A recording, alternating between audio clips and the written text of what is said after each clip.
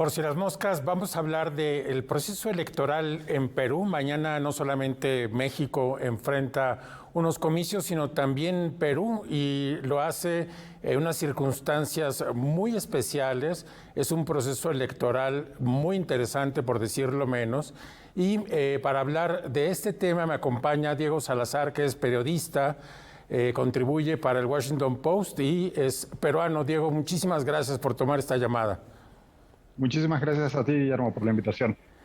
En Perú se celebra este domingo la segunda vuelta electoral. Es un proceso que ha despertado muchísimo interés por las condiciones extremas de este proceso político. Se enfrentan dos candidatos que hace 2 o 3 semanas eran completamente desconocidos y no despertaban casi ningún interés. Por un lado está Keiko Fujimori, que es hija del expresidente Alberto Fujimori. Él está en la cárcel, ella está acusada de corrupción. Y por el otro lado, Pedro Castillo, un candidato que se denomina a sí mismo marxista-leninista.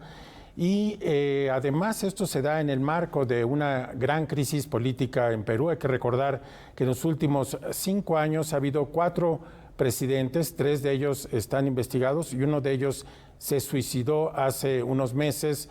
¿Por qué es esto, Diego? ¿Qué fue lo que pasó? Bueno, en efecto, en los últimos 5 años, que es el periodo presidencial, el país ha atravesado una crisis gravísima, acelerada por dos factores principales. Uno es el estallido del escándalo de Odebrecht, que, bueno, es conocido en toda la región y que es probablemente el mayor escándalo de corrupción en Latinoamérica en los últimos años, pero que al Perú afectó de manera muy, muy particular y es probablemente donde mayores consecuencias se han visto, ¿no? Como bien señalabas, en la actualidad hay 3 expresidentes siendo investigados por este proceso, una candidata presidencial siendo investigada, que es la actual candidata Keiko Fujimori, un expresidente que se suicidó cuando iba a ser apresado en medio de las investigaciones, y a esto se le suman gobernadores regionales, exalcaldes, etcétera, etcétera, ¿no? Y a eso, ese proceso de descomposición, de degradación de la vida política y que incrementó el hartazgo de la población frente a la corrupción y frente a la clase política, se le suma un factor, pues, que de nuevo ha afectado a toda la región y, bueno, en realidad a todo el mundo, que es la pandemia de COVID, pero que una vez más al Perú ha afectado de manera más drástica, aún si cabe. Esta semana el gobierno, actualizó cifras, realizaron un trabajo de sinceramiento de cifras de muertes y prácticamente se triplicó el número de muertos por COVID. De la cifra oficial, que estaba por encima de los 60,000 muertos oficiales, y esta semana esa cifra ha sido actualizada a 180 y pico mil. Pues, a eso se le suma que también el Perú fue uno de los países que tomó medidas más drásticas para luchar contra la pandemia en un inicio, medidas de cierre de la economía, de restricción de movimiento, etcétera, lo cual ha devenido en una enorme crisis económica que ha puesto al país pues en una situación de precariedad económica en la que no se encontraba hacía mucho. El Perú se había convertido en los últimos 20 años en una suerte de caso de éxito Así es. macroeconómico en la región, ¿no? Entonces, Sí. digamos que todos estos factores han confluido para que tengamos esta campaña particularmente accidentada y atemorizante a la vez. Sí. En efecto, Perú es un país que mostraba cifras de crecimiento muy alentadoras, se le ponía como ejemplo mundial, pero en fin, ahora está enfrentando este proceso terrible de crisis económica combinado con una crisis política. ¿Qué pasó en la primera vuelta, Diego? ¿Cómo sucedieron cómo sucedió ese proceso electoral? En el Perú ocurre tiene otra particularidad que tampoco, hasta donde yo conozco, se da en otros países de la región, y es el elevado número de candidatos presidenciales que tenemos en cada elección. En esta elección en particular fueron 18 finalmente los inscritos, los que fueron aprobados por el Jurado Nacional de Elecciones para competir. Normalmente la cifra elevada no es una cosa nueva, no es exclusiva de esta elección. Hemos tenido cifras similares números similares en elecciones pasadas, pero la diferencia es que esta vez todo este hartazgo frente a la clase política y frente al modelo de crecimiento del país, frente a las élites del país. No olvidemos que en medio de esta crisis también hubo otro escándalo en el que el país también fue pionero, lastimosamente, que se bautizó como Vacuna Gate, que fue el descubrimiento de que el expresidente, vacado luego por el Congreso, Martín Vizcarra, su mujer, su hermano, varios de sus ministros y otros funcionarios y empresarios y personas ligadas a un estudio clínico que estaba realizando la farmacéutica Sinopharm en el Perú, fueron vacunados de manera irregular con dosis que estaban pensadas para el estudio. Entonces, había una suerte de hartazgo generalizado de la ciudadanía con las élites y con el sistema en general, y esto llevó a que no se vislumbrara en ningún momento de la campaña un posible ganador. De hecho, ha habido a lo largo de la campaña oficialmente, entre comillas, va de enero a abril, ¿no? En ese lapso de tiempo hubo entre 5 o 6 candidatos que tenían posibilidades de pasar a la segunda vuelta. En el Perú hay balotaje, a menos que un candidato consiga el 50% de los votos, van a segunda vuelta los dos primeros. Entonces, a una semana antes de las elecciones, en el Perú además hay un silencio electoral durante la última semana, no está permitida la publicación de encuestas. La última encuesta se publica el domingo anterior a las elecciones siempre caen en domingo. El domingo anterior, los márgenes entre los 5 primeros candidatos eran de 2 puntos, o sea, caían dentro del margen de error, era un empate técnico.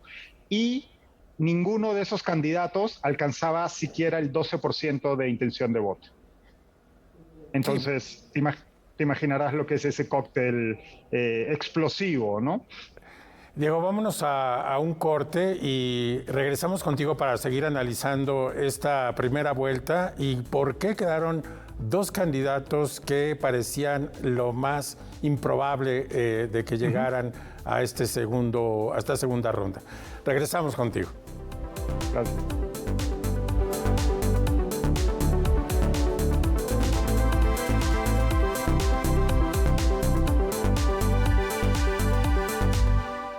Por si las moscas, estamos de regreso. Soy Guillermo Osorno, estoy hablando con el periodista peruano Diego Salazar. Estamos analizando el por qué Perú llega a este proceso electoral que se celebra mañana en unas condiciones tras las cuerdas, con una crisis económica de la que Diego ya habló y sin duda una crisis política.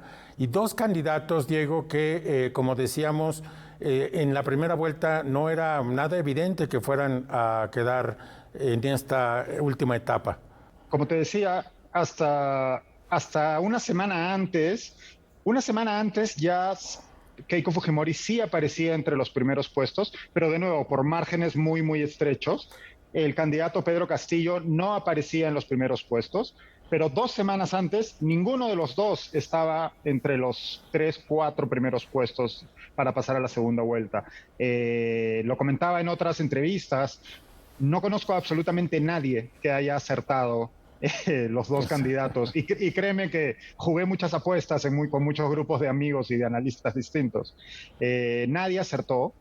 Yo creo que, bueno, como comentábamos antes, pues ha habido una dispersión y atomización del voto tremenda. Existe este desencanto y rabia incluso contra tanto la élite política como la élite en general del país, y esto hizo y además 2 de los candidatos o 3 de los candidatos que venían liderando los sondeos en las semanas previas, se fueron desinflando muy rápidamente pues, al ser márgenes tan estrechos, era muy fácil que un gaffe, ¿no? rápidamente te retrocediera en la carrera de ponis esta que ha sido nuestra primera vuelta, ¿no? Diego, ¿quién es Keiko Fujimori? ¿Qué es el Fujimorismo? Keiko Fujimori es la hija de Alberto Fujimori, un dictador que gobernó el país ganó unas elecciones democráticamente en el año 90, a los 2 años hizo un autogolpe, cerró el Congreso y con ayuda del ejército convocó una nueva asamblea constituyente, hizo una constitución que es la constitución del año 93, que actualmente es la constitución que rige los designios del país y que luego fue endureciendo su gobierno y se lo fueron comiendo los escándalos de corrupción. Digamos que su legado político más relevante y el que hace que pues todavía el fujimorismo sea una corriente pues con posibilidades de retornar al poder son por un lado la estabilidad económica que instauró a principios de los años 90 con una serie de medidas que llevó al Perú a lo que se conoce como Consenso de Washington, ¿no? Y que en definitiva modernizó económicamente al país. Recordemos que veníamos del primer gobierno de Alan García, en donde el Perú tenía unas cifras macroeconómicas similares a las de la Venezuela actual. Y a eso se suma la lucha y cuestionada victoria contra el terrorismo tanto de Sendero Luminoso como del MRTA. Digo cuestionada porque digamos que tanto el gobierno de Alberto Fujimori como sus seguidores han inflado y hay cierta tergiversación de cómo ocurrió esa lucha, porque si bien hubo una derrota de Sendero Luminoso, esa derrota no se realizó con los planes o la propuesta específica que llevó a cabo el gobierno de Fujimori, porque según la Comisión de la Verdad, que en el año 2000, a principios de los años 2000 emitió pues un informe importantísimo, la guerra contra el terrorismo en el Perú se saldó con 69,000 muertos, ese es el cálculo. De esos 69,000, cerca del 40% son atribuibles al ejército, ¿no? Y no, evidentemente no todas esas personas eran terroristas o murieron en combate, ¿no? Entonces, de hecho, Fujimori está preso pues, por crímenes de corrupción y la sentencia, si bien no está condenado específicamente por crímenes de lesa humanidad, la sentencia sí establece que se cometieron crímenes de lesa humanidad. Keiko es hija de ese hombre. En los años 2000, posteriormente, ella ha construido un partido propio que de manera zigzagueante ha reivindicado el legado de su padre. En esta campaña última directamente lo ha reivindicado y abrazado al punto de que ha prometido indultar al padre que cumple todavía condena. ¿Y de qué está acusada? Keiko Fujimori actualmente está acusada de haber convertido su partido político, Fuerza Popular, en una organización criminal destinada al lavado de activos. Ese lavado de activos está especificado en el lavado de dinero procedente de empresas, principalmente empresas brasileñas, entre ellas Odebrecht, pero también empresas peruanas que aportaban dinero a su campaña. Wow. Diego, ¿quién es Pedro Castillo? Pedro Castillo es un maestro rural del interior del país. Es una figura que saltó al escenario nacional como líder sindical durante el inicio del gobierno de Pedro Pablo Kuczynski, del gobierno anterior, debido a una huelga del sindicato de maestros que él lideraba. En esa ocasión, el gobierno de Kuczynski estaba poniendo en marcha una muy ambiciosa reforma al sistema educativo que pasaba por, entre otras cosas, por ejemplo, hacer pruebas a los maestros ya contratados, ¿no? El sindicato que lideraba Castillo se oponía a esa medida, entre otras, además de exigir mejoras salariales y otra serie de exigencias que pues, eran en algunos casos razonables, en otras no tanto. Y ahí, curiosamente, pusieron en jaque al gobierno y estuvieron a punto de tumbar un gabinete de ministros, curiosamente en alianza con el Fujimorismo, que en ese momento tenía una mayoría absoluta en el Congreso. Pasan los años, Castillo vuelve a su actividad sindical regular y se alía en esta ocasión con un partido que se llama Perú Libre, que está fundado y dirigido por un personaje que se llama Vladimir Cerrón, que es un ex gobernador regional condenado por corrupción, con una ideología abiertamente marxista-leninista, así es como se refiere, como se define tanto él como el partido. Cerrón vivió 10 años en Cuba, es un defensor a ultranza de la revolución, entre comillas, cubana y de la revolución, entre comillas, venezolana. Y pues para muchos, tanto Cerrón, sobre todo en Lima, tanto Cerrón como Castillo eran una novedad, pese a no ser una novedad en la política peruana, ¿no? Yo creo que el voto que se aglutina alrededor de Castillo, más que un voto por el comunismo, evidentemente, o un voto por Castillo o por sus propuestas, es un voto de hartazgo, es un voto de condena, es un voto de rechazo a las élites, principalmente en Lima. De hecho, si uno ve las encuestas en detalle, lo que encuentra es Lima enfrentada al resto del país, ¿no? Muy bien, Diego. Te propongo que para el siguiente bloque hablemos de la polarización extrema que está viviendo favor, sí. Perú, porque es un mal endémico en América Latina, pero parece que en tu país esto se ha exacerbado. Vámonos a un corte y regresamos.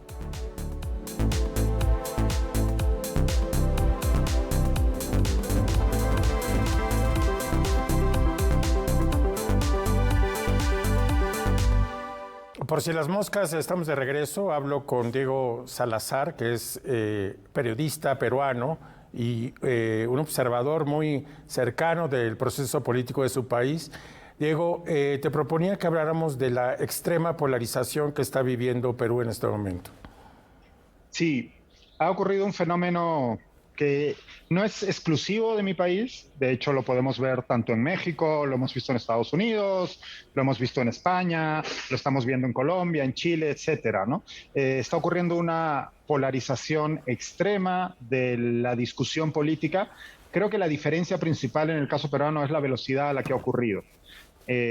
No es que la discusión política fuera un campo de rosas previa a esta campaña electoral, pero por los diversos factores que comentábamos antes, que a la vez conducían a esta accidentada campaña electoral, esos mismos factores, sumado a la penetración de las redes sociales, al cambio de usos y costumbres y cómo la pandemia ha redirigido nuestras interacciones personales.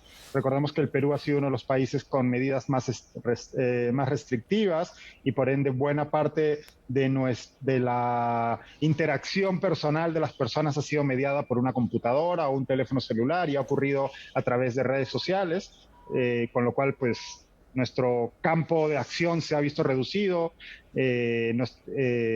mucha gente conversa solo con personas muy cercanas, no tiene, digamos, esa exposición a diversidad de opiniones que te da pues, la vida en comunidad, ir al trabajo, el transporte público, etcétera, ¿no? Entonces, todos estos factores, más pues, la crisis económica, más este desgaste y hartazgo frente a la clase política y a la élite en general del país, ha hecho que nos encontremos en un momento que a mí me ha sorprendido. Me he escrito ya bastante al respecto, en algunas columnas en el Washington Post y en un podcast que también llevo. Y para mí lo más llamativo es la velocidad, porque como decíamos al inicio, estos dos candidatos, Castillo y Fujimori, 2 semanas antes de las elecciones no despertaban el fervor probablemente ni de sus familias, ¿no? Y a los 3, 4, 5 días de la primera vuelta ya existían 2 bandos que habían levantado barricadas, ¿no? Y estaban condenando al ostracismo y acusando de traición a la patria al otro, ¿no? Ha sido un proceso rapidísimo. Lo hemos visto en figuras que pues para mí han sido muy sorprendentes, el Nobel Mario Vargas Llosa y su hijo Álvaro Vargas Llosa, han tenido una posición que ellos han sido extremadamente críticos del fujimorismo, al punto de ser considerados líderes del antifujimorismo durante los últimos 30 años, y en esta ocasión se han abrazado literalmente, ¿no?, a Keiko Fujimori de una manera que pues a mí me resulta muy llamativa. Lo mismo ha ocurrido hacia el otro lado, ¿no? Pedro Castillo, de nuevo, es un hombre que, si bien no era un completo extraño, no era un personaje conocido, no era una figura que despierte ningún tipo de pasión o de interés o de afecto en la gran mayoría de votantes, y ahora pues parece que para cierto sector de la población es el salvador de la patria, ¿no? Y encima de eso, perdón Diego, creo que las encuestas indican que la distancia entre los dos candidatos se ha acercado y pues se espera una elección muy competida. Te voy a hacer dos preguntas porque nos queda poco tiempo. La primera es, ¿qué crees que vaya a pasar el domingo y cómo Perú saldrá de este proceso electoral? Y la segunda es, ¿qué debemos leer los mexicanos de lo que está pasando en Perú? Tú ya llevas tiempo viviendo en este país, entonces quería ver tus reflexiones acerca de lo que podemos aprender de lo que está pasando en Perú. Respecto a lo primero, y aquí podemos hablar de encuestas porque no me encuentro en Perú, las últimas encuestas dictan que ahora mismo la elección es una moneda al aire. Hay un empate, ya ni siquiera un empate técnico, es un empate real. No hay cómo saber qué es lo que va a ocurrir. Probablemente no tengamos resultados fiables y certeros, sino pasados varios días, situación que ya ocurrió en el año 2016, ¿no? Y esta vez, claro, la diferencia es que esta vez vamos a tener una sociedad muchísimo más polarizada, vamos a tener bandos que quizás no desde las figuras principales, pero sí desde las figuras aledañas y desde las campañas ya han ido ¿no?, lanzando el globo sonda del fraude. De nuevo, una vez más, un guión aprendido de otras democracias extremadamente polarizadas, incluida la mexicana, ¿no?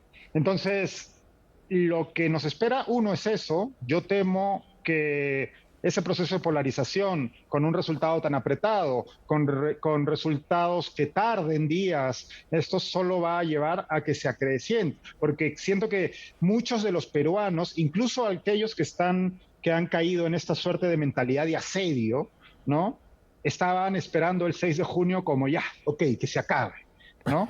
Y pues parece que no se va a acabar ese 6 de junio. Diego, nos queda un minuto para la última reflexión. Sí, respecto a lo segundo, es muy difícil porque en México creo que hay una particularidad, y es que la persona o el principal emisor y atizador de esa polarización es el propio presidente, que lo hace desde la principal pantalla y el principal estrado de la nación, ¿no? Entonces son casos, si bien podemos encontrar vasos comunicantes, son casos muy, muy distintos. Claro, pues ahí están dos procesos electorales que definirán el futuro de ambos países. En Perú se antoja un final de electrizante, y esperemos que pues salgan bien las cosas, Diego, tanto en Perú como en México. Muchísimas gracias por tomarnos esta llamada. Un placer, Guillermo. Un abrazo, cuídense. Y nosotros nos vemos aquí en Por Si las Moscas el próximo sábado a las 6:30.